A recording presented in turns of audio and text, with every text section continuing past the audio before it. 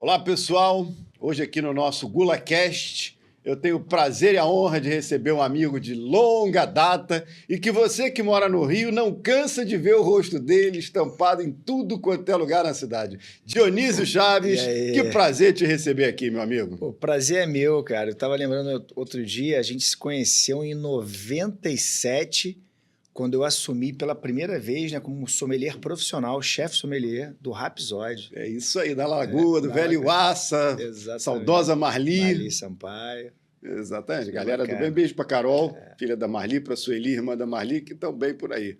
E vem cá, Dionísio. Bom, a gente trouxe aqui um vinho, vamos servir, né? Que tá um calor Vamos, dos claro. infernos. Pô.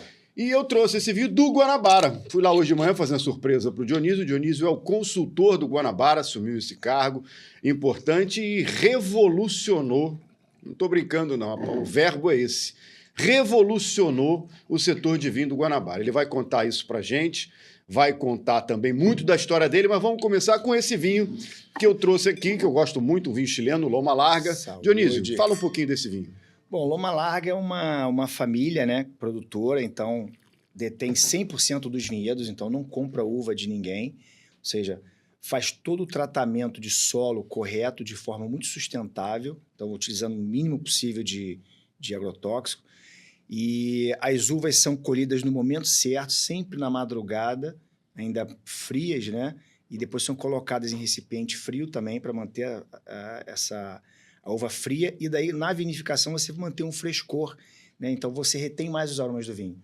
Então Loma Larga é um produtor assim, que da região do Vale do Casablanca é, para mim, o principal e tem uma grande vantagem, tá? É um negócio familiar, que eles são super sérios, são super corretos, inclusive quando a gente vai falar de qualidade e preço.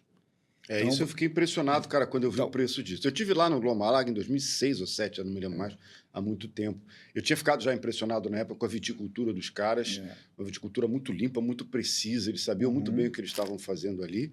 Agora, o preço desse negócio, a 75, se eu não me engano, é inacreditável. Como é que você consegue... Esse vinho tinha no Brasil há algum tempo e quando o importador antigo trazia, o preço era mais era alto do que é hoje. quase Pois é, 130 como na é que você época. conseguiu chegar nesse preço? Na verdade, o Guanabara, ele me ajuda muito, né, nesse sentido, porque eu posso escolher produtos de muito boa qualidade, colocar no Guanabara e o vinho ainda ter um preço extremamente acessível e, de certa forma, até agressivo. Então, o Guanabara tem essa filosofia de ser justo, né, nas suas margens. Então, muitos vinhos que a gente tem no Guanabara hoje, se você for comparar importadores antigos, o vinho já era mais caro. Sim, esse aqui Muitas é vezes o dobro. inacreditável. Esse custava o dobro, por exemplo. O Syrah, que está cento e alguma coisa, antigamente custava quase 300 conto. Exatamente. Então, essa filosofia do Guanabara, ela se mantém para o vinho, né? Não só nos outros produtos, mas também se mantém para o vinho. E a ideia com essa seleção foi também trazer pequenos produtores. Obviamente, a gente também tem produtores maiores, temos vinhos de cooperativas, mas cooperativas sérias, né? O vinho da cooperativa ele tem sempre uma vantagem, porque você acaba... são vários cooperados que usam a mesma estrutura para fazer seu vinho, para comercializar seu vinho. Então, você acaba tendo um custo diluído, né? Então, por isso que os vinhos cooperados também são importantes, porque tem preços muito acessíveis e uma qualidade muito boa. O Loma Larga é um produtor único, de família, mas que também tem essa filosofia, né? De cobrar de forma justa dentro do negócio deles. Então, a gente, obviamente, compra bem e a gente também, com a nossa margem reduzida, a gente consegue ser realmente muito competitivo. Quando eu falo assim, é impressionante, né? Eu sou do mercado, já estou há 34 anos no mercado e nunca vi isso, né? Então, isso, de certa forma, para mim é um super prazer e, de fato, a gente vai conseguir, com isso, popularizar mais ainda o vinho na cidade do Rio de Janeiro. Me diz uma coisa, a gente está nisso há muito tempo, sabe que alguns produtores, especialmente menores, ficam com o pé atrás de trabalhar com grandes superfícies, como o caso dos supermercados, no caso como o Guanabara. No entanto, você conseguiu fazer uma curadoria ali, onde você conseguiu atrair alguns desses produtores, por exemplo, o próprio Loma Larga eu nunca tinha visto antes em supermercado. Como funciona? Porque são duas coisas, né? O primeiro, óbvio que o pequeno produtor, gosta da ideia de estar num lugar onde ele tem uma super exposição. Mas, por outro lado, ele tem uma produção pequena. E você, como trabalha com uma plataforma grande, daqui a pouco você fala quantas lojas são e não sei o quê, mas são números superlativos, deve ser também algo que tem que entrar e equalizar essa balança. Como é que você faz aí? A ideia, né? A gente sempre, quando vou atrás de um produtor, obviamente que eu levo em consideração, né, o que ele pode nos atender, né? E obviamente, o Loma Larga, ele consegue nos atender dentro do nosso perfil inicial, né? Mas claro que eu acho que a gente vai ter que mais à frente desenvolver com eles também um vinho um pouco mais de entrada para a gente ter uma produção um pouco maior. Mas, assim, não é fácil, tá? Às vezes você tem que apresentar um projeto, você tem que mostrar o que você quer, como você vai fazer, né? Porque o produtor pequeno, ele tem muito medo também, não só o pequeno, médio, grande, tem muito medo de colocar o vinho no supermercado e a imagem do vinho ser banalizada, porque não vai ter um bom trabalho, vai simplesmente colocar o vinho na prateleira e por aí vai. No nosso caso, não. Então, eu mostrei a proposta toda do Guanabara, qual o objetivo, como a gente ia partir e aonde a gente quer chegar, né? E então, por isso que a gente tem todas as lojas, temos especialistas em vinhos, praticamente todos eles, quase todos formados pela ABS, com ciclo mínimo 1 e 2 do curso de profissionais. Então, com treinamento, né? Todos passaram com treinamento comigo também. A gente, uma vez por mês, mantém esse treinamento aceso, falando sempre de um produtor, de algumas tendências. Então, acho que o cliente ir ao supermercado, ter um especialista, ter um rótulo diferenciado, eu acho que aí favorece a marca do produtor. Então, ele entendendo isso, eu acho que eles entenderam isso, então ficaram super satisfeitos com essa nossa parceria, né? E é isso, e a gente vai mostrando, né, o nosso trabalho para o produtor, e o trabalho não é só relacionado a volume, né? É a imagem que a gente dá para o produto, né? Então, seria, por exemplo, essas matérias todas aí, inclusive televisão, né? Loma Larga estava lá, imagina. Quando fizeram comercial em televisão falando de vinho? Exatamente. Eu não me lembro. Não. Primeira vez. E impressionante, eu fiquei mesmo de cara com o investimento que o Guanabara fez para comunicar essa mudança no portfólio de vinho deles, porque tua cara está no Rio de Janeiro inteiro. Hoje em dia, se bobear, sendo impossível você andar pelo Rio sem ver o Dionísio por aí. Isso é muito legal, muito bacana. Muito. Nunca tinha visto isso com um profissional de vinho sendo alçado a essa figura de estrela, e queria entender como que foi esse investimento, como é que chegaram em você, qual foi a proposta que fizeram para você. Você estava numa outra empresa, muito bem estabelecido, por sinal, e para você topar, e como você falou, os supermercados, de forma geral, já tem uma imagem que muitas vezes o produtor fica preocupado. No entanto, o Guanabara tinha uma pecha de ser um supermercado com um foco muito mais popular.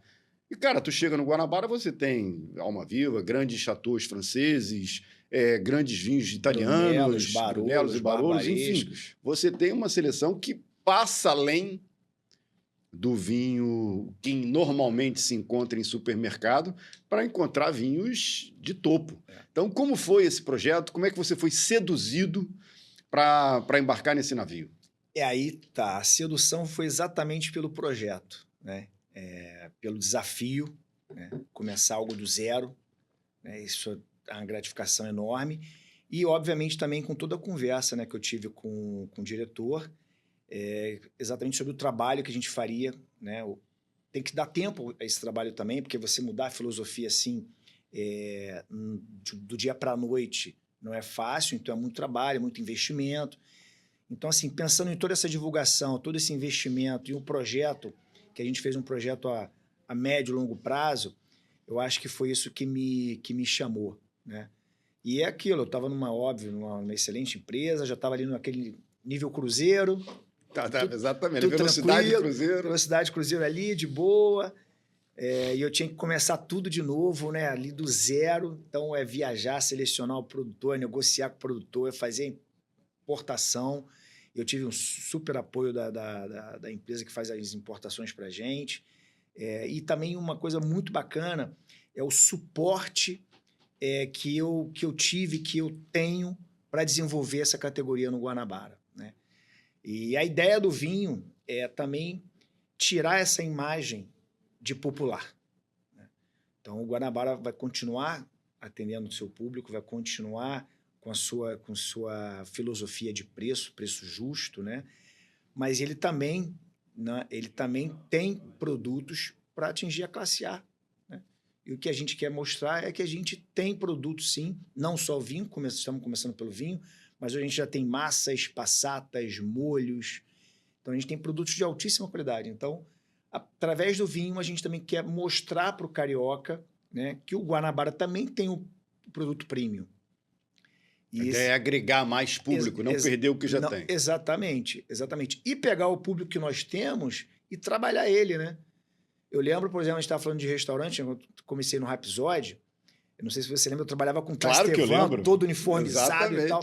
E era uma luta para vender 3 garrafas de vinho numa noite, 4, e o restaurante lotado. Porque naquela época era uísque. Era uísque, cerveja.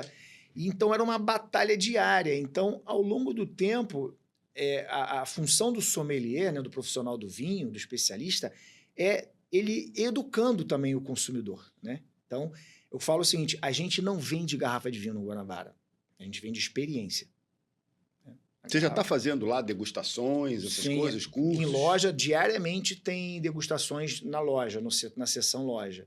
A gente tem um projeto mais à frente até de, por que não, fazer uma sala de curso, uma sala com uma cozinha gourmet para mostrar nossos produtos. Esses também. Negócios funcionam muito bem sempre. Isso, né? é fundamental, né? É fantástico, porque você desenvolve, você mostra a experiência. Espaço tem, as lojas são enormes. Exatamente. Então, são 28 lojas, né? Então, a gente está com especialistas em todas as lojas, cuidando do nosso cliente e aprimorando o conhecimento daqueles que já lá estão, melhorando, mostrando uma experiência nova e também queremos trazer os clientes que, de certa forma, achavam que o Guanabara era só um supermercado popular. Eu, outro dia, falando com um dos sócios do Vianense, você conhece, ele me falou que a loja dele que mais vende é de Nova Iguaçu. Eu achei que fosse do Recreio, coisa do gênero. Ele falou que é de Nova Iguaçu. No Guanabara, você já tem um mapa assim de quais as lojas que mais vendem? Sim, temos. A gente tem... São 28 lojas, né? Temos 14 que a gente considera em pontos cruciais assim, de um consumo maior. Mas eu gosto muito quando eu olho para os números e eu vejo loja que não performava, de Nova Iguaçu, por exemplo, São João de Meriti, Paciência, e simplesmente multiplicando as vendas, né?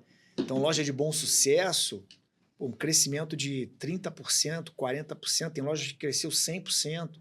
Então, eu digo o seguinte, Lalas, às vezes você não performa porque você nunca deu a opção. Nunca deu ferramenta, né? Nunca deu ferramenta. Então, a partir do momento que você começa a mostrar, né, e aí isso é muito importante, ter o especialista na loja que vai poder orientar o cliente, porque o universo do vinho é um universo extremamente amplo, né? E muitas vezes chato, né? E muitas pra vezes... quem não conhece, às vezes ele tem, meio que ele tem espelha as pessoas. Tem dificuldade, né? É difícil, até a pronúncia dos nomes, muitas vezes, né? E se o profissional que estiver ali não for um profissional bem treinado, né, que vai falar de forma simples e prazerosa, né? Que tem que ser isso, né? Você degustar um vinho tem que ser simples e tem que ser prazeroso. Sim. Eu costumo dizer, Dionísio, que o vinho é um produto agrícola que a maioria dos produtores, claro que você tem os grandes chateaus, os caras de gravatas e paletós e relógios caríssimos, mas a grande maioria dos produtores de vinho são agricultores, são pessoas que têm uma conexão com o campo, que estão ali. E às vezes as pessoas esquecem um pouquinho disso e tratam o vinho de uma forma refinada demais que só atrapalha, eu acho. Exatamente. A gente, por exemplo, você falou uma coisa bem bacana, que eu sempre usei isso, né? Em várias viagens, quando você vai à região de Champagne, o cara tá lá de terno e gravata para te atender. Aí você tem que ir de terno e gravata, porque... Claro, é o código de conduta, de respeito, né? Aí quando você vai a Bordeaux, o cara tá com blazer, aquele lencinho e tal, é isso, relógio e tal, mas sem a gravata. Quando você vai a Borgonha, o cara tá de bota, camiseta, pô, tava lá com... bermuda. Todo suado, que tava lá no campo, cuidando das vinhas. ele vem apertar a tua mão, você fala assim, caramba, o cara pô, realmente trabalha na terra, né? Então, essa é a grande diferença no mundo do vinho. Né? Então, você tem vinhos espetaculares, caríssimos da Borgonha, quando você vai lá é um agricultor. É um agricultor. São quase todos. Quase todos da Borgonha. Então, esse universo do vinho é muito bacana, né? Porque você tem essas diferenças todas e isso é muito legal, é prazeroso. Não estou dizendo que o grande chateau não tem um merecimento, tem todo o merecimento, mas eu acho que a gente tem que ser um pouco mais simples nas palavras, mais objetivo, né? Para poder a pessoa ter uma experiência de fato prazerosa e não ela ficar confusa, né? Nossa, é muito complicado, eu vou voltar para a cerveja. Exato. E quando a gente consegue ser claro, sem ser chato, você traz pessoas para o vinho, né? Aí sim você populariza, você abre o universo do vinho para muito mais gente. E acredito que é o que está acontecendo nessas lojas aí que você falou que não performavam e que agora estão multiplicando, sabe lá Deus por quanto, o faturamento. Exato. E assim, é muito bacana porque, como sommelier, trabalhar em restaurante foi a melhor coisa que existe, porque você atende um público enorme, diferentes níveis de conhecimento, enfim, de tudo, né? Social, de tudo. Então, você começa a aprender muito no dia a dia. Então, o seu trabalho é uma simbiose, né? Você ensina alguma coisa e tem um aprendizado também contrário. Então, é uma simbiose bacana quando você trabalha em restaurante. E eu trabalhei em restaurante a minha vida inteira. Sim, sim. Teve restaurante? Tive 6 restaurantes. Então, quantas mil pessoas eu atendia por mês? Então, isso me dá uma bagagem, uma experiência muito boa, né? Porque eu conheço o mercado. Você está ali diariamente lidando com o público e tal, você conhece o mercado, eu sei qual é o gosto, eu sei qual é o paladar. Né? Então, eu falo que a gente tem que ter um pouco de psicologia no atendimento, né? Para ser objetivo e mais rápido, né? Que é, 3 perguntinhas para a pessoa, eu já sei o que ela gosta de beber, o que ela bebe, qual é o estilo dela. Acabou. E aí eu vou apresentar o rótulo e vou, de forma simples... Vai conduzir a coisa. Vou conduzindo. Né? Meus restaurantes, nenhum cliente entrava e pedia carta de vinhos. Dionísio, o que eu vou beber hoje? Isso é a confiança, né? É a confiança. É a confiança que você ganha e que você consegue conquistar isso com o tempo, né? E eu sou um aficionado pelo que eu faço, gosto, também não é muito difícil, né? Mas eu sou aficionado, gosto muito no meio que não é ruim, não. E busco atualização diária. Então, onde eu estiver, eu estou lendo alguma coisa sobre o tema. Né? Eu vindo para cá, eu estava no Uber lendo sobre novas tendências para 2026, então já estou ligado no 2020, nas tendências, né, que vão acontecer. E eu vou trazer isso sempre para o Guanabara. Vamos lá, boa, gostei desse tópico aí. Essas tendências, o que você vê, por exemplo? Lá fora a gente vê o consumo de branco, de rosé, clarete e palhete, petinates, essa onda subindo feito foguete.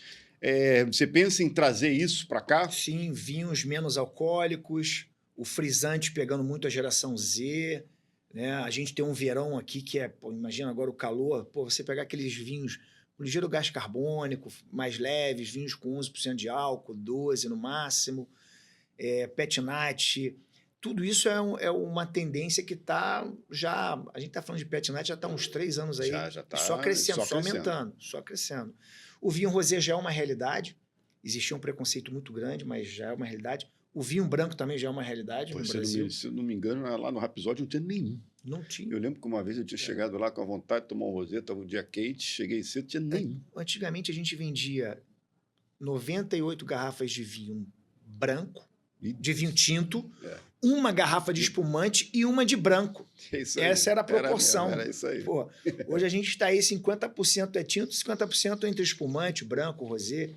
Então, assim, o mercado mudou bastante, né? E isso também se dá muito ao crescimento de especialistas no mundo do vinho, profissionais, que vão passando experiência para as pessoas, né? Você vê, por exemplo, o que a pandemia trouxe para o mundo do vinho, né? Com tanta live, pegou o vinho nacional e... Pegou e subiu. Você acha... não tem nada a ver com o que a gente ia conversar, mas agora também é bom essas coisas de podcast, que o assunto surge na hora, né? Durante a pandemia, esse boom do vinho nacional, você acha que teve a ver com uma questão de preconceito? Eu sentia tu teve 6, eu tive 3 restaurantes, e eu sentia que era difícil vender vinho brasileiro muitas vezes, porque as pessoas tinham até um pouco de constrangimento de ter na mesa um vinho brasileiro, enquanto o vizinho estava com um francês, um italiano, ou sei lá qual que. E quando você está em casa, você já não tem mais isso, né? Quando você está em casa sozinho, dane-se o preconceito e você experimenta. Você acha que isso tem a ver? Tem. Infelizmente tem. Mas acabou esse preconceito, então, né? Com o espumante, a gente já venceu esse preconceito aí há uns 10 anos atrás, quando de fato o Brasil se consolidou como um dos principais produtores de espumante do mundo e o brasileiro reconheceu isso. Então, muito comum hoje o espumante estar nas festas do brasileiro, né? O vinho branco, vinho rosé, vinho tinto, né? Eles conseguiram vencer um pouco, né? Quase 100% dessa barreira por conta da pandemia. Exatamente por isso. O consumo em casa.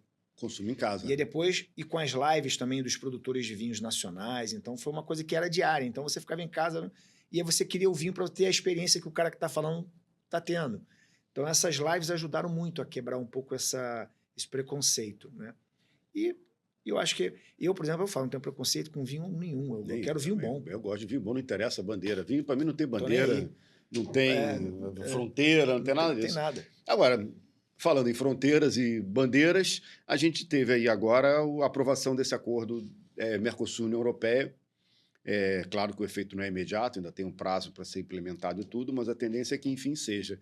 E isso deve significar uma queda bem razoável nos preços dos vinhos europeus. Como é que você está vendo esse movimento, esse mercado, com o Guanabara, evidentemente?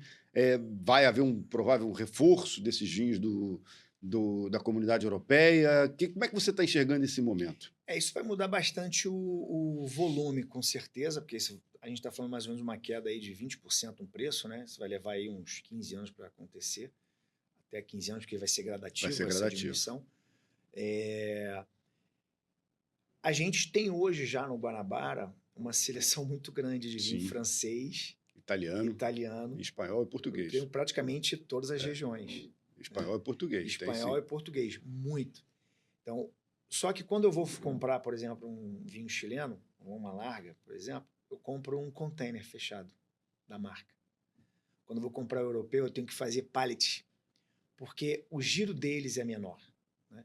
Então, o que vai acontecer é que esse volume vai melhorar. E, claro, vamos aumentar um pouco mais os votos? Podemos também, mas nós já temos. Vai aumentar o giro. Vai aumentar o giro, exatamente, né? Então, como eu te falei, eu trabalho sempre olhando lá na frente. E aí as viagens entrega para a gente uma experiência, e tudo que acontece lá acontece primeiro. Então, quando a gente já volta com uma cabeça pensando lá na frente. Então, e no mundo de importação no Brasil, tem que ser assim. Porque até você escolher o vinho, negociar com o produtor, comprar, chegar e estar na gôndola... Desembaraçar. 6 meses, porra. Entendeu? A primeira compra é isso. Depois você consegue aí, 3, 4 meses, você consegue resolver essa burocracia. Mas no início são 6 meses, então você tem que pensar muito à frente. Então, eu pensei já à frente, não considerando só essa questão do que poderia acontecer nesse acordo, mas é uma tendência no mundo buscar os vinhos de menos álcool, com um pouco mais de acidez. E isso você encontra principalmente aonde? Na Europa. Sem dúvida. Porque é um clima mais temperado, né? Então, naturalmente, né, se você falou... Agora, a gente teria condição de fazer isso aqui, né? Se você pega o sul, por exemplo, você trabalhar com uvas de ciclo mais curto, você pega Santa Catarina, por exemplo, que os vinhos saem com 7 pontos de acidez. No Uruguai tem. Você consegue trabalhar isso aqui no mercado brasileiro. Em vez de tentar fazer vinhos mais parecidos com os antigos chilenos e argentinos. Porque antigamente era isso, né? Colher a uva na maturação máxima possível. Mas aqui inventaram dessa categoria de corpo, álcool, potência. Hoje não, hoje eu acho que... E extrair o máximo possível também, fazer extrações longas e pesadas. Eu falo, o vinho eu busco no vinho. Claro que eu respeito, como eu te falei, eu conheço o consumidor, sei que o consumidor gosta e respeito isso, e eu compro vinho para vender. Não compro tudo que eu compro Guanabara, não compro para beber, pô. Eu compro para vender. Também, se fosse... Então, e é normal também, e o gosto também das pessoas. É normal ter um gosto diferente. Super normal, imagina tu não ter o mesmo gosto. Não existe. Claro. Então, você respeitar isso. Eu respeito isso, mas eu busco sempre naquela linha, que é o estilo primitivo, aqueles vinhos mais doces, né, da Puglia e tal. Eu busco ali aquela doçura, que é natural da Primitivo. Mas que equilibrada, né? Que é o que o consumidor quer, mas eu busco aquele que tem uma acidez boa para balancear, para que você tenha prazer em beber 2 garrafas e não se sentir pesado com 2 taças. Pois né? é. Então, eu busco esse equilíbrio. É o que eu falo, eu busco o triângulo do enólogo. É o equilíbrio entre acidez, álcool e tanino. Ponto. É o que eu vou provando. E é o que eu te falo, o sommelier tem que ser garimpeiro, né? Tem que sempre, pra você, né? tirar do lote de 5, tem que provar 200. E como é que você faz, por exemplo, qual feira você acha que é a principal para você hoje? É a de Paris? Hoje, a Provine ainda? A Provine até 2, 3 anos atrás era a principal, a feira que eu respeitava, ia todos os anos, 10 anos consecutivos, mas houve uma mudança agora. A Vinitaly, que tinha caído muito o padrão nos últimos 2 anos, espetacular, que eles mudaram um pouco a filosofia da feira, ficou mais profissional, né? Porque antigamente aquela coisa de consumidor... Continua só para a Itália ou tá global? Não, tem global. Obviamente que dos 10 pavilhões, 8 são de vinhos italianos. Mas tem já vinhos da França, vinhos do leste europeu, da América do Sul, tem bastante coisa. A Vinitaly, ela profissionalizou mais, porque a Vinitaly ela era aberta para o consumidor final e a feira acabava ficando muito tumultuada, muita gente, e você não conseguia fazer a tua meta diária ali naquele tempo, né? Não dá. Você chega num stand, está lotado, você não consegue sentar, não consegue conversar, não consegue degustar. Não consegue ter reuniões. Né? Você tem que ficar com a taça assim para poder receber um vinho de prova. Então, ficou melhorou bastante. Agora, a Wine Paris, a tendência, já conversei com todos os produtores, a tendência, todos vão acabar abandonando a Provine para fazer o Wine Paris. Até porque o Düsseldorf é muito ruim, né, cara? É isso. Caro. Caro e ruim. Né? Então, Paris é Paris, né? Paris é Paris. Não faz nem cosquinha em Paris no preço. Ter a feira ou não ter a feira, o preço é o mesmo. Não, é mais barato. Os hotéis em Paris são mais baratos do que em Düsseldorf. São mais baratos que em Düsseldorf. Em Düsseldorf, naquela semana, aquele período da Provine, dispara tudo. Você não consegue nem ficar lá, né? É infernal. Então, e como é que é a feira hoje? Tua rotina na feira? Você já vai com alguma coisa marcada, sim, mas abre espaço também para procurar alguma surpresa? Eu sempre deixo um dia livre, né? Então, a feira primeira coisa, eu vou fazer um dia com nossos produtores, nossos parceiros que já estão. Aí eu vou provar safra nova, vou ver um rótulo novo, vou provar, ver se dá para a gente agregar no portfólio e tudo. Vou já totalmente definindo, eu estou precisando aqui de vinho da região tal, assim, assim, assado, o preço que eu tenho que pagar é esse, porque eu vou vender por isso. Já vou todo... Já vai todo mapeado. Todo, porque se você não mapear, chega numa feira, você fica perdido. Uma feira daquele tamanho, então, já vou ciente, concentrado nisso. E eu deixo sempre o último dia, agora eu vou para as regiões diferentes. Exóticas. Vamos buscar as coisas... E aí eu vou me dou sempre, graças a Deus, super bem. O que eu falo é que muitas vezes... Por isso que eu falo, você tem que estudar muito antes de ir para a feira, para saber quem são os expositores, quais são os produtores, quais são as regiões e tal. Então você chega lá, você vai provar e fala assim, caramba, não encontrei nada. Porque tem coisa que não acaba mais. As pessoas não têm noção, quem nunca foi a uma feira dessa não tem noção da dimensão que tem aquilo ali. E deixa eu te perguntar, falando em coisas exóticas, como é que você está vendo aí esses vinhos chineses? Ainda não chegaram aqui, mas já estão começando a querer botar as asinhas de fora em alguns mercados. Você tem provado? É engraçado você falar que eu provei semana passada 4 vinhos chineses com um amigo que está até pensando em fazer um evento de vinhos chineses, mas eu falei, mas não tem ninguém ainda trazendo vinho chinês aqui no Rio de Janeiro. Tem um cara não sei onde. Então, vamos comprar umas garrafas e vamos provar, né? Eu acho que é aquilo. A gente vai divulgar uma cultura, uma experiência e tal. Os chineses são bravos, né, cara? Os caras copiam tudo com uma maestria. É impressionante. A quantidade de franceses enólogos. Exato, isso que eu ia te falar. Lá na China é enorme. Primeiro os caras compravam os vinhos chineses. Depois começaram a comprar propriedade na França. Agora eles estão comprando os franceses e levando para lá. Exatamente. E interessante porque eles entraram no nível de produção que está abastecendo o mercado deles. Então eles estão quebrando alguns produtores do Chile, da França, de Portugal principalmente. Por quê? Estão comprando menos, porque eles estão sendo autossuficientes na produção. Então, assim, E daqui a pouco, aí eles vão, sair, vão exportar. Exatamente. O plano é esse. E eu, assim, super curioso, gostei de muitos dos vinhos, ainda acho que eles estão naquele estilo antigo, né, da extração demasiada, mas tem umas coisas assim bem interessantes. Agora, são caros. São caros. Não, São tá, caros. também para sair de lá para cá acaba ficando caro. São caros. E vem cá, agora vamos falar um pouquinho da tua carreira. Porra. Porque eu conheço bem tua história, né? Você falou, né? Desde 97 que a gente se 97. conhece. Caramba, isso é quase 30 anos já. Ano que vem faz 30 anos, tem que fazer uma festa para comemorar 30 anos de amizade. É isso aí. Eu conheço bem tua história, mas muita gente não conhece ainda. E a tua história é inspiradora.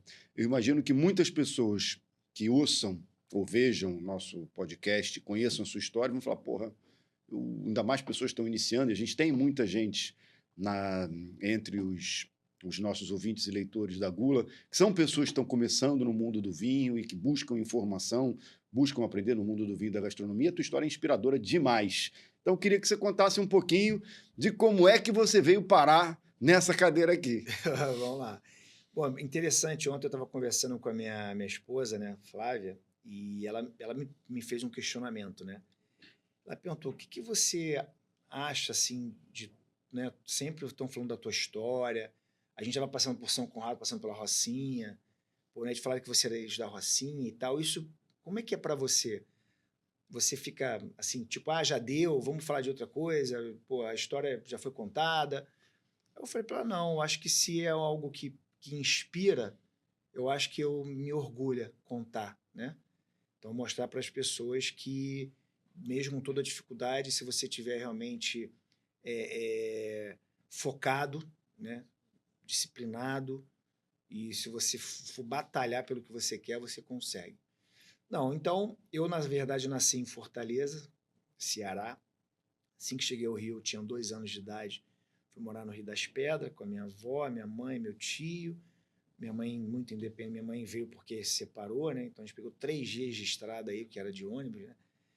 E aí depois minha mãe alugou um kitnet na Rocinha, isso eu tinha 3 anos de idade. E daí a minha vida foi ali a Rocinha, né? Então morei na Rua 4, morei na Travessa Flores. Era um outro tempo em que aquilo ali era mais tranquilo, né? Exatamente. Passei por perrengues ali de guerras na época também, tá? De não poder sair de casa. Mas muito mais tranquilo do que é hoje, né? Hoje a coisa é muito ostensiva, né? Então você encontrava os caras ali, porra, mas era muito mais uma coisa mais... Hoje não, tá ali espalhado, confuso, né? Você chegou a ser assediado? Porque a gente sabe que dentro da comunidade é que eles fazem o assédio aos meninos para arrebatar pro lado de lá. Graças a Deus não. Eu acho que eu sempre tive eu sempre trabalhei desde muito cedo, com 8 anos eu estava vendendo picolé na praia. O meu primeiro trabalho, minha primeira rendazinha, foi um vizinho da minha mãe quase bateu nele, porque ele me contratou para eu desmontar um sofá em cima de uma caçamba de lixo e levar para ele, que ele não tinha vergonha, né? Mas ele viu lá o sofá lá em cima, pô, me bonito pagou, sofá. Lá, desmontei, carreguei peça por peça e entreguei na casa dele. Aí, enfim, aí minha mãe preocupada, o que é esse dinheiro é esse? Eu falei, não, eu fiz aqui isso aqui, o que você fez? Aí, porque ali tem que ficar preocupado, né? Quando aparece um dinheirinho. E aí, pô, eu comecei a trabalhar muito cedo, com 8 anos, picolé, e sempre tem aquela coisa depois do sonho de ser jogador de futebol, então sempre me dediquei ali ao esporte. Então pra quem sempre... não sabe, o Dionísio joga bola. E futebol, ainda joga futebol? Ainda joga. O meu joelho não nesse projeto do Guanabara aí deu uma travada, que desde setembro que eu não vejo a praia. Eu imagino, né? Mas vamos lá. E aí, enfim, aí eu comecei eu já tinha essa coisa de empreendedorismo, eu tinha noção das dificuldades que a minha mãe passava, de estar ali, era eu e minhas 2 irmãs, a gente morava num kitnet, e eu falava, quero dar uma vida melhor para ela. Pô, a minha mãe saía de casa, eu estava dormindo, ela voltava, eu estava dormindo. Então ela saía muito cedo. Via no fim de semana. E voltava tarde. Via no fim de semana, quando eu via aquela música estava ligada de manhã, eu falei, ela tá de folga, graças a Deus. E aí minha mãe deixava café da manhã. De música? Minha mãe adorava, Roberto Carlos, então, Wanda. Então, ela deixava café da manhã, almoço e jantar pronto. Aí eu descobri lá que um vasculhante lá que eu cabia, meu amigo. Eu comecei a sair, aí eu saía, ficava vendendo coisa na rua, ficava dando um jeito, aí voltava para casa. Aí um dia eu fiquei preso no vasculhante, cara, não deu, aí o vizinho teve que ajudar. Já tá crescendo? Aí falou para ela, e ela ficou louca, desesperada, enfim. Aí pedia para os vizinhos bater na porta, tá tudo bem aí, tá tudo bem, sei lá. Aí a gente tá tudo bem, então a gente ficava trancado, né? Por conta desse medo que a minha mãe tinha da violência, das coisas que acontecem nas comunidades, né? Que hoje acontece em qualquer lugar. Hoje não precisa estar mais na comunidade, não. Exatamente. Então, assim, aí o sonho de ser jogador, aquela coisa que não deu. E aí a gente tinha um bar, né, que eu construí para minha mãe, porque minha mãe cozinha super bem essa comida nordestina. Então, todos os garçons dos restaurantes que iam para o bar da minha mãe era para comer aquela comida nordestina, baião de dois, sarapatel, dobradinha e tal. E aí eu comecei a conhecer a turma do Guimas, do Fechomol. E eu, futebol, já tinha voltado do Uruguai, não estava dando certo, servi o quartel, fiquei 1 ano, quando saí velho para o futebol, preciso descobrir uma outra profissão, uma outra carreira. Não posso ficar nessa do futebol que... Não vai. Eu já estava sabe... Desiludido. Então, consegui lá com os garçons do Guimas uma vaga de comim, ajudante de garçom. Isso em 92, 93. E aí eu comecei a trabalhar. Lalas, sabe quando tudo que você olha... sabe quando você decora tudo fácil? As coisas entravam. Aí esse cardápio é assim, tal. Eu li o cardápio todo, vi o cara lá fazendo, decorava tudo. Às vezes, tinha garçom lá de 15 anos de casa. Que não decorava. Como é que esse prato aqui? E eu, drinks, tudo. Aí, um dia, um amigo, Dinho, ele fez o curso da ABS e ele estava com um livro, aquele livro Tradição e Prática de Vinhos, o livro da ABS na época. E aí eu falei, aqui eu vou dar uma lida nisso aí. Aí fui para casa de madrugada, li aquilo ali. No dia seguinte eu voltei em tudo que eu aprendi de serviço no livro, naquela madrugada, eu empreguei no dia seguinte. Aí o dono, o Chico Mascarenhas, um dos sócios do Guimas, falou assim, Dionísio, quem te ensinou a fazer isso? Eu falei, poxa, desculpa, estou alguma coisa errada? Não, perfeito. Eu falei, não, um dia me emprestou um livro da ABS e Aí ele, você leva jeito, você aprende tudo rápido na gastronomia. Eu acho que, esquece futebol. O negócio é aqui. Quer fazer o curso de vinhos? Eu falei, quero. Aí, 3 dias depois, eu recebi...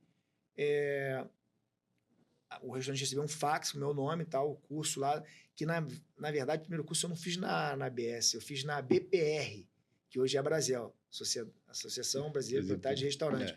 E quem era o professor? 3 aulas, Célio Alzer. O saudoso Célio. Célio, saudade dele, meu parceirão. Isso era um mestre. Então, aí eu fui fazer o curso e, como eu te falei, eu lia e entrava. E aí comecei a provar vinho e, eu gosto. Qual foi o primeiro vinho que tu provou, que tu falou, caralho, isso aqui é bom, eu gosto disso? Você lembra? Cara, foi um vinho de Napa Valley, tinha no Guimas. O Guimas tinha meia dúzia de vinhos, né? Era muito mais caipirosca, chopp e tal, mas tinha meia dúzia de vinhos, que era um vinho de Napa Valley. Como é o nome do produtor, gente? Vineyards, alguma coisa, assim. E aí eu provei seco, né? Então, vinho seco. Aí eu provei, falei, cara, bom isso. Que aroma, né? Aí depois, na semana seguinte do curso, os garçons começavam a separar os vinhos que só voltavam da mesa, botavam no bar, aí os caras começaram a botar para eu ficar provando as cegas, para ver qual era o vinho. 6 vinhos no cardápio não era difícil acertar, né? Falaram, não, esse aqui é o Chianti, esse aqui é o Sterling Vineyards, esse aqui é o tal. Aí eu me matava. Aí os caras, leva jeito, moleque leva jeito, cara. Aí eu fiz uma pesquisa, eu gostava de falar, de estudar, era bom em geografia, era ótimo em história na escola, né? E vinho é isso, né? Geografia e história. Química. Era ótimo aluno. Aí eu falei, eu acho que tá encaixando. Aí fiz uma pesquisa de mercado para ver como é que era a profissão. Naquela época ali não existia profissão ainda. Não existia. Não era nem regulamentada a profissão. Não era nem regulamentada. Né? Tinham 5, 6 sommeliers no Brasil. Exatamente. Né? Profissionais. Então eu falei, cara, eu vou seguir nessa, vou me dedicar. Aí lá, eu cheguei assim e falei, olha só, eu vou ser campeão brasileiro em 99. E foi antes até, não foi? Foi em 99. Foi em 99? Que aí eu fiquei estudando, me preparando, tal. Falei assim, brasileiro de 99 vou ganhar. Meu. Porque era a cada 3 anos, né? Então, aí teve o de 96, que eu estava começando ainda. E aí, quando veio o de 99, meu amigo, eu abracei com tudo. Eu falei, isso é meu. A primeira casa que tu pegou foi o Rhapsody, né? Como sommelier-chefe foi. Mas Como é que foi o convite? Eu saí nas minhas férias no Guimas, eu fui trabalhar no Locanda com o Dânio Braga. Né, e o Marcos Lima. Marcos Lima era o chefe sommelier do Locanda. Marquinhos também me ajudou muito. Um abraço pro Marquinhos. Tem que trazer o Marquinhos aqui. Marquinhos tá bem trazer, agora, tá na clara disso ali, só com viés. E aí, pô, fui trabalhar lá nas minhas férias, né, estágio, 0 remuneração. Eu falo até com o Dani até hoje, pô. Nem minha passagem ele me pagava. Mas me dava muito conhecimento, obrigado. E devia dar uns vinhos bons ali pra tu provar também, né? Porque naquela época, colocando, minha Nossa Senhora. Pô, quando vi assim, eu falei, não acredito que eu tô provando isso. E ali eu fui, o Dani... Real 1 por 1, era cada coisa. Aí o Dani falou, olha, você tem jeito, tá? Tudo pra profissão, acho que você vai se dar super bem. Agora, se você voltar a trabalhar no Guimas, você não vai aprender no teu dia a dia. Então, se você quiser trabalhar comigo, pô, tá aqui a porta aberta. Agora, vai lá, conversa com o Chico, conversa com o Ricardo, né? São os donos, eu conheço eles. Fala que você quer seguir a carreira e que, de fato, o Guimas não tem espaço para você e tal. E aí eu aceitei, pô, fui lá, conversei, pô, foi super bacana a conversa com o Chico, com o Ricardo, sobre a minha saída, eu falei da profissão e tudo mais. E aí eu fui trabalhar com o Dani. Aí, com 2 meses ali, aí veio o Rhapsody. Aí eu fiz a carta de vinhos. Na época eu fui indicado pelo Jorge Marcondes, que era da Espanha. Aí me indicou para fazer a carta. Eu fiz a carta e aí eles queriam um profissional, queriam um restaurante com elite e tal. E, pô, o japonês fez aquelas propostas, né, indecentes, né, cara? Eu falei, pô, nunca vi esse valor, então eu quero ver. Aí eu aceitei a proposta dele e foi super bacana, cara. O Iwasa e a Marli Sampaio também comigo sempre foram maravilhosos. E aquilo, né? É o que a Marli até falou, pô, mas você sempre entregou. Você estudava o tempo inteiro. Enquanto não tinha cliente no restaurante, eu estava estudando. Eu cuidava da adega, cuidava de tudo, fazia tudo assim. Eu fazia a minha obrigação que tinha que ser feita. E ela falou, você fazia sempre mais, então você merece onde você está hoje. Então, você fez uma carreira, não é porque você é meu amigo, não é porque você está aqui não, mas é referencial a tua carreira, a tua posição no mercado brasileiro. E outra, a gente aprovou muitas vezes juntos, você lembra na época do JB, que tinha lá aquela confraria dos 9, que a gente fazia as avaliações, né? As degustações, e era impressionante a tua precisão nas avaliações, nas provas de vinho. Poucos profissionais eu vi num nível de precisão que você entregava naquelas provas, onde a gente provava tudo às cegas, com 0 informação e com tempo, né? Aquelas provas a gente tinha tempo, né? A gente ficava com os vinhos todos para a gente poder ir e voltar. 16 vinhos, né? Era o máximo que a gente fazia, era 16. Não, bom, tem que voltar com isso, hein, pô. Tem que voltar para a Gula, né? Fazer isso. Porque é uma troca muito bacana, né, cara? Aquilo era bacana então, de fazer. Você tem muito a me ensinar, eu tenho a te ensinar. Então, nessas degustações, a gente acaba aprendendo bastante, né? Acho que isso é muito interessante. Isso é uma coisa que eu estou sentindo falta dos profissionais do mercado hoje, né? São essas confrarias, né? E onde você troca conhecimento, né? A gente, é o que eu falo, eu troco conhecimento com o meu cliente. E a gente aprendia. Você lembra de uma que a gente foi fazer uma degustação de... era o que? Era Gewürztraminer? Gewürztraminer. Aí o Duda Zagari levou errado. Levou o vinho Levou errado. o Riesling. Aí você vai cega e, pô, tinha um vinho que se destacava. Eu falei, pô, o melhor é esse aqui, mas esse aqui não pode ser Gewürztraminer. Esse aqui tá estranho, tá estranho. Quando eu fui ver a garrafa, era um Riesling. As manchetes, Riesling vence degustação de Gewürztraminer. A grande Duda Zagari. Só ele para levar o vinho errado para degustação também, né? Brincadeira, esse aí é brincadeira. É outro que eu tenho que trazer aqui. Também. E, Dionísio, me fala mais assim agora, por exemplo, aí você focou, ganhou o brasileiro, e aí mudou tudo, né? Virou o jogo. Virou o jogo. Aí eu comecei a ser convidado para dar aula, palestra. Na época eu já estava dando aula na BS, para viajar bastante. E aí, como a viagem ela muda, né? Ela assim, abre, né? Ela abre de uma velocidade enorme, né? Então. E aí depois fui convidado para trabalhar por uma importadora fazendo seleção de vinhos, então viajava para todas essas feiras todas, né, diferentes países, culturas. Mas aí eu também tracei meta, falei, não, eu vou ser bicampeão em 2022, eu quero... Em 2000 estava muito cedo para eu almejar uma classificação boa no Mundial, né, de 2000, que eu representei o Brasil no Canadá, que só vai o campeão de cada país. Só vai o campeão. Mas eu falei, pô, mas... No próximo Mundial, eu quero chegar forte.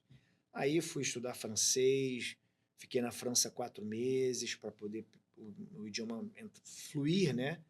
né? Então, não sei, aquela coisa de pensar em português para falar em francês. Aí já era. É. Quando você pensa em português para falar qualquer outra língua, tchau. Aí eu falei, pô, vou para poder o idioma fluir, porque obrigatoriamente os concursos internacionais te obrigam a fazer provas, em todas as provas em outro idioma, não pode ser na língua maternal. Da mesma forma, o francês não pode falar em francês, vai ter que fazer em inglês ou em espanhol. São 3 idiomas hoje da Ásia, né? Espanhol, francês e inglês. Você pode escolher uma das 3. Né? E eu falei, pô, vou me dedicar, vou ganhar esse bicampeonato. Aí, graças a Deus, atingi minha meta, ganhei o bicampeonato brasileiro. Foi mais forte para o Mundial? Fui mais forte para o Mundial. E aí, no meio desse caminho, foi quando nasceu o concurso de melhor sommelier da América do Sul e melhor das Américas. Né? Então, na competição das Américas, você sai como o número 1 da América do Sul e você, se for para a final, né, você pode aí ver a ganhar as Américas. Eu fui o melhor da América do Sul, então eleito o melhor da América do Sul, mas quando chegou, até hoje eu estava vendo um vídeo aqui que vai sair agora no meu Instagram, que eu contando uma curiosidade minha, né, uma triste curiosidade, porque eu explicando onde eu perdi o melhor das Américas. Eu fui para uma prova de charuto, prova final, prova prática à frente do canadense, né? Eu estava na matemática, eu estava tendo bisoto, tá na frente, você está na frente. Porque eram várias etapas da E prova, Canadá né? tem tradição de sommelier. Muito, escola francesa, né? Na época o presidente, inclusive, era francês, o presidente da Associação Canadense. Muita influência, então o nível de preparo deles é muito alto. E é o Grislan, que até hoje é meu amigo, canadense. Aí a gente foi para prova prática de charuto, cara, aí desandou. Aí Pô, o cara ganhou no charuto? Eu não sabia nem acender direito, nada, eu nunca tinha fumado, nunca fumei na vida e tal. Agora, na parte teórica, olha só, na prova de charuto, na parte teórica, eu fui o melhor. Estudou, né? É aquela coisa de tu conseguir absorver. Até hoje é assim, até hoje você consegue absorver com Cara, rapidez e facilidade? Até hoje. Que beleza, não hein? tão quanto antes, mas continua sendo boa. E à medida que a gente vai soprando velhinha, vai apagando outras coisas aqui dentro. Agora, é uma trajetória muito bacana. Eu queria saber, Dionísio, como é que você vê hoje a realidade, por exemplo, como você falou, quando você começou e quando você foi buscar informações sobre a profissão, tinham 5, 6 profissionais no Brasil. Hoje tem um monte de profissão já regulamentada. Como é que você vê o momento atual da sommelier no Brasil? Bom, cresceu muito, né? Então, vamos falar em termos de crescimento, ou seja, a quantidade de sommeliers hoje é grande, né, porque era. Mas eu acho que poderia ser melhor, né? Mas tem muitos candidatos que realmente fazem o curso, fazem tudo, mas não conseguem a homologação, porque hoje não é só fazer as 3 etapas, né? E é difícil. Tem que ir lá e homologar. Né? E na homologação, muitos vão uma vez, 2, não passam, aí desiste. Né? Aí exerce a função, mas de fato não é o sommelier homologado. Eu lembro Renato Neves, por exemplo, que foi campeão brasileiro, né, no último, penúltimo concurso, foi meu aluno, ele foi para homologação, ele não passou umas 4, 5 vezes. 4, 5 vezes. Quando passou, fez festa. Quando passou... Grande Renato, aliás, um grande profissional. Grande profissional. E o Renato trabalhou comigo quando eu tive o Balacobaco, em Niterói, um bar de vinhos, né, e tapas. Depois eu fui para o Fazano, eu levei ele para o Fazano, e aí sempre ali, sendo mentor dele, né, o que o Célio Alzer fez por mim, eu estava fazendo por alguém, né. E aí foi muito bacana, gratificante, porque quando ele foi campeão lá em São Paulo, brasileiro, a primeira pessoa que falou, você é o primeiro que eu estou ligando. Foi bonito, ele ganhar lá. Então, eu acho assim, tá numa evolução, mas é o que eu falo, não pode desistir, entendeu? Então, olha o exemplo aí. Eu vou te dar um outro exemplo, até me arrepio. Vou te dar um exemplo de profissional renomadíssimo, né? Um francês, infelizmente faleceu, achei, uns 2, 3 anos, Gerard Basset. Ah, sim, isso é... O Gerard Basset... Tem um instituto, né? Porra, o Gerard Basset, eu falei, ficava todo mundo, inclusive profissionais, eu ouvi profissionais assim, cara, o cara não desiste, pô, não vai ganhar nunca. Ficava em segundo, ficava em primeiro. No Brasil, em 92, ele foi segundo lugar, o Felipe Fobrac foi primeiro. Então, o cara não desistiu, cara. Ele conseguiu ganhar. Conseguiu ganhar. Quando ele foi campeão mundial, eu falei, cara, aí tá um exemplo, né, de resiliência. Sem dúvida nenhuma. Esse cara é um exemplo. É um exemplo. E um dos não grandes profissionais de todos os tempos. Né, ele não precisava mostrar nada para ninguém, cara. quando você pegava o currículo do Gerard Bassett, porra, eu falei assim, cara, eu tinha que mandar meu currículo lá para a revista dos candidatos para o Mundial. Cara, meu currículo aqui, ó, o do cara, meu irmão, um negócio assim absurdo. Ele era top em tudo. Então, assim, ele não precisava demonstrar nada para ninguém, não precisava, sabe, não precisava do Mundial para ser o que é, entendeu? Como o Zico não precisou. Não precisou do pênalti para ser o Zico. Pô, exatamente. Exatamente. Dionísio, infelizmente, a gente está chegando perto do fim. Pô, tá tão É rápido, né? Até por mim, tem ficava com quase você metade aqui de garrafa aí. o dia inteiro. Então, nós vamos ter 2 sessões aí para a gente fazer. Primeiro é uma disputa de pênalti. Como tu é boleiro, vai ser fácil. Então, vou fazer a pergunta e a resposta tem que ser na lata ali. Não pode pensar muito. É que nem o goleiro, na hora ele pode defender. Se pensar, já era, é gol. Então, vamos lá. Uma região. Borgonha. Um vinho. Romania Conti. Uma culinária. Italiana. Italiana, boa. Sou italiano. Sabia que minha família, apesar de todo mundo ver a ligação com Portugal, eu sou italiano. Um restaurante. Guy Savoy, em Paris. E algo que você ainda vai fazer. Casar. Tá aí, gostei. E agora, para a gente fechar, a gente tem um negócio chamado Momento Vinícius. Tá? Em homenagem ao nosso Vinícius de Moraes, nosso eterno Vinícius de Moraes. Primeiro, me conta uma insensatez que você já tenha feito. Várias, pô. Escolhe uma aí. Conta uma que pode falar nesse horário. Não, uma foi, assim, não tem nem muito tempo, não, tá? A gente, assim, o que acontece? Às vezes você está numa reunião, ou tá não numa reunião, num bate-papo, e eu saio, né? Tipo, o assunto não ficou interessante, eu saio. Pô, quando eu voltei, rapaz, o produtor, ele era um produtor de barbaresco, né? E aí eu achei que era de Barolo. Aí eu comecei a fazer a comparação e comecei a criticar o barbaresco. O barbaresco. Que beleza. Que ele melhorou deve ter muito, ficado né? feliz. Aí então isso foi uma... Eu falei, cara, como é que pode um cara na minha profissão pagar um mico desse? É raro, mas acontece muito. Então é quando você sai do assunto e volta, aí você comete essas besteiras assim. Mas... Assim, eu pedi desculpa, falei, ó, Nebbiolo é minha uva, pode vir aqui, ó, até meu cachorro chama-se, porra, Barolo, porque eu amo a Nebbiolo, e o próximo cachorro que eu tiver vai ser Barbaresco. E aí foi, mas ele ficou vermelho. Assim, já tem o Barbaresco? E agora uma outra, assim, muito engraçada, quando eu tive pô...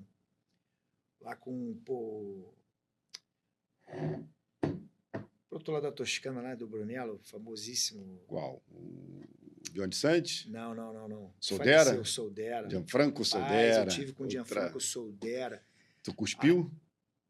Porra, cuspi, mas quase tomei um tapa na cara. Isso aí é uma insensatez. Como é que você, porra, cospe? Ele fica puto. Eu já tinha sido avisado. Quando eu fui lá, o Stefano me falou, não cospe.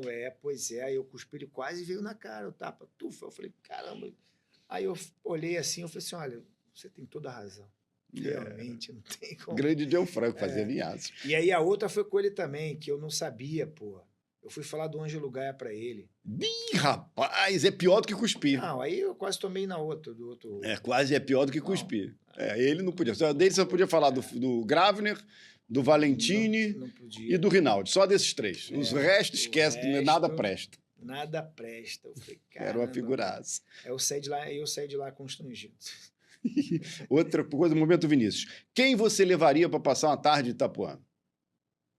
Minha mulher.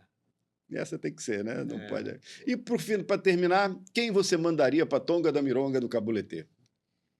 Ih, rapaz. Você sabe que eu não me concentro nisso, né? Faz muito bem. Eu não me concentro nisso. Pode botar, sei lá, cliente mala de restaurante ou qualquer coisa que valha. Eu acho que o snob, né? O snob? A pessoa que, pô, fica... Aprende e tal, mas fala com clareza, fala com simplicidade, fala com... Não precisa... Né? Eu sou totalmente oposto a isso, né? É verdade. Então, eu gosto de falar simples, de passar a mensagem. Fico super feliz quando recebo uma mensagem no meu Instagram dizendo, olha, eu não entendo nada, mas entendi tudo que você falou. Isso é o mais legal. isso. Na nossa profissão é o mais legal. Você, como sommelier, eu como jornalista, quando eu recebo esses feedbacks, ou quando dou palestra e tudo mais, e você vê aquela pessoa que não sabia nada, vem e fala, pô, tá aí, aprendi muito hoje aqui. Exatamente, entendeu tudo, né? E aí você, na verdade, colocou mais uma pessoa no mundo do vinho. Mas tem as coisas engraçadas também, para a gente fechar aqui. Uma vez, na época da revista Programa, eu fiz uma coluna grande sobre Malbec, né? Falando dos clones, Cahors, da origem e tudo mais. Aí recebi lá, na época ainda era carta, né? Chegou a carta no JB, me mandaram, uma senhorinha lá, falou, adorei sua coluna, aprendi um monte de coisa, só fiquei na dúvida de uma coisa, o que é Malbec? Mas não leu nada. Não entendeu nada. Ela fez uma leitura dinâmica demais, não né? Entendeu nada, a mulher não entendeu nada. Entendeu tudo, menos o que é o Malbec. Sensacional. Dionísio, cara, que prazer ter você aqui. Só assim pra gente se ver. Saudade de você, meu amigo. Também. Saudade. Outro dia falamos de você, eu estava com o nosso amigo Edson Mauro. Ô, Edson Mauro, um beijo pro Edson Mauro. Lá um espumante nacional maravilhoso que ele comprou no Guanabara. E aí a gente estava falando de você. Ele falou que você esteve na casa dele lá, fizeram uma baguncinha. Ele falou, vamos combinar a próxima. Tem que fazer aqui, a próxima. Chamar. Tá aí o Edson Mauro. O senhor Edson Mauro, o senhor tá me enrolando aí nessa próxima. Vamos com o Dionísio, então. É isso aí, fechado. Eu levo os vinhos, tá? Maravilha. Do Guanabara. Do Guanabara, com certeza. Claro, com certeza. Muita coisa boa lá. Cara, parabéns. Eu fiquei muito impressionado. Logo que saiu a coisa de você ter inaugurado já aquilo, eu fui lá conferir. Fui no Guanabara do Recreio, que eu moro no Recreio. Eu olhei e falei, caceta! Eu não fui para comprar vinho, fui só olhar, saí de lá com 6 garrafas. Falei, cara, os preços estão inacreditáveis, a seleção está inacreditável, com muita coisa boa, garimpada, coisa que é difícil de você ver em supermercado. Então, muitos parabéns pelo trabalho que você está fazendo lá. Mais uma vez, você mudando o jogo. Obrigado, Lalas. E é isso que você falou, né? Eu falo que o sommelier ele é um garimpeiro, né? Aquilo, você vai lá buscar, vai provar 200, 300 rótulos, vai pegar as 5 pérolas, né? Então, o sommelier tem que ser isso, tem que ser garimpeiro, tem que ser... E aí tem que gostar, porque as pessoas também acham que é muito fácil, mas você provar, também tem dias que cansa, né? Mas, enfim, eu procuro fazer sempre o meu melhor, tô levando para o Guanabara, e aí tem que agradecer a empresa, né? Agradecer ao diretor, lá, o Albino, o seu Pinho, a família que acreditou no meu trabalho, está valorizando o meu trabalho, né? Veja todo esse investimento aí de imagem. E o que eu estou querendo fazer e que me deixam fazer de fato,